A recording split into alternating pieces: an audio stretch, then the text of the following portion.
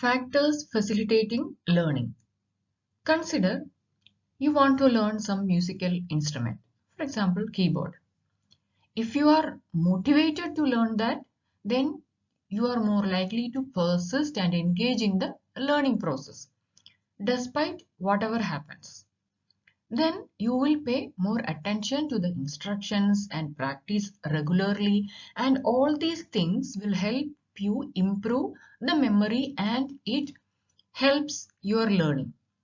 So the process of learning, it can be facilitated by various internal and external factors. Before going to the details, please remember to subscribe this channel. Please do watch other videos in this channel and share it with students and those who love learning psychology. Thank you. What are the major factors that facilitate learning? They are motivation, preparedness for learning, and reinforcement. Each of these we will see in detail. Motivation.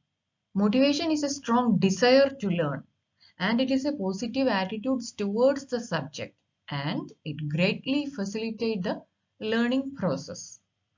Motivation is a key factor in facilitating learning. How? It drives the individuals to engage in learning activities and persist in their efforts. There are various types of motivation. Intrinsic motivation. It comes from within the individual and is driven by personal interest or enjoyment. For example, consider you are passionate about playing keyboard, and what you will do? You will learn more about it. You might read articles about it, you watch YouTube videos, and participate in discussions about it, along with the regular classes and practice. So you are motivated from within. Then extrinsic motivation. It is driven by external factors such as rewards or punishments. For example, you are motivated to study the whole subjects for an exam. Why? Because you want to receive a good grade. You may be less interested in certain subjects, but you are motivated by the potential reward of a high grade, and you will study the subjects. So that is extrinsic motivation. Having a strong motivation to learn can increase the attention and focus. It improves the effort and persistence and lead to better learning outcomes. A positive and growth-oriented mindset. It can also enhance the motivation and facilitate learning. How? It encourages the individuals to embrace challenges and view failures as opportunities for growth. That is how motivation, whether it is intrinsic or extrinsic, if you are motivated, it will facilitate your learning process. Second is preparedness for learning. It refers to the level of readiness and ability of an individual to engage in and benefit from the learning process. That is how prepared you are to learn something new. It encompasses several key factors. First one, prior knowledge. The amount and quality of prior knowledge in a subject, it can greatly influence an individual's preparedness to learn. Then study skills. Effective study skills such as the time management, taking notes, active learning strategies, it can help individual prepare for and engage in the learning process. Then attitudes and beliefs. A positive attitude and belief in one's ability to learn can enhance preparedness and motivation. Then attention and focus. The ability to concentrate and stay focused during the learning process. It can greatly impact the effectiveness of learning. Then your emotional state. The emotional well-being and stress level. It can also impact an individual's preparedness to learn. For example, a student who is well organized and has good study habits, These students has a designated study space, a set schedule for studying, then a system for taking and organizing notes. Then that student is also familiar with the subject matter and have reviewed any prior knowledge needed for the class. These students is likely to be more engaged in the class. They retain information better and perform well on the test and assignments. On the other hand, a student who is not well prepared for learning, they may struggle to keep up with the pace of the course.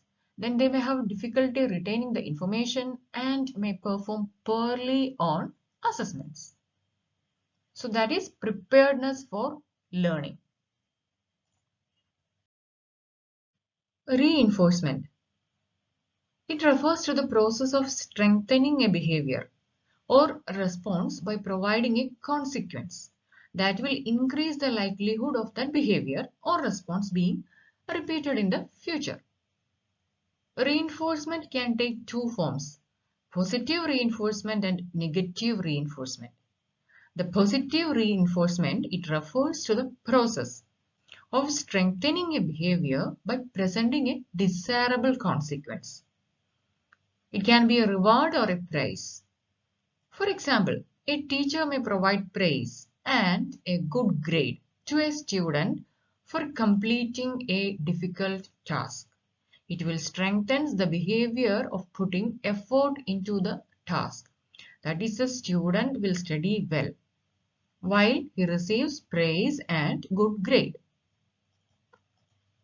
Then negative reinforcement. It refers to the process of strengthening a behavior by removing an aversive consequence. For example, a student may study for an exam in order to avoid the consequence of failing the exam. Maybe interested or not interested in the subject, the students will study just to avoid the consequence that he may fail in the exam if he didn't study. So that is a kind of negative reinforcement. That is to remove some negative consequences, a process of behavior, that is the studying behavior that is strengthened. That is negative reinforcement. Then continuous reinforcement. It refers to a reinforcement schedule where a behavior is reinforced every time it occurs.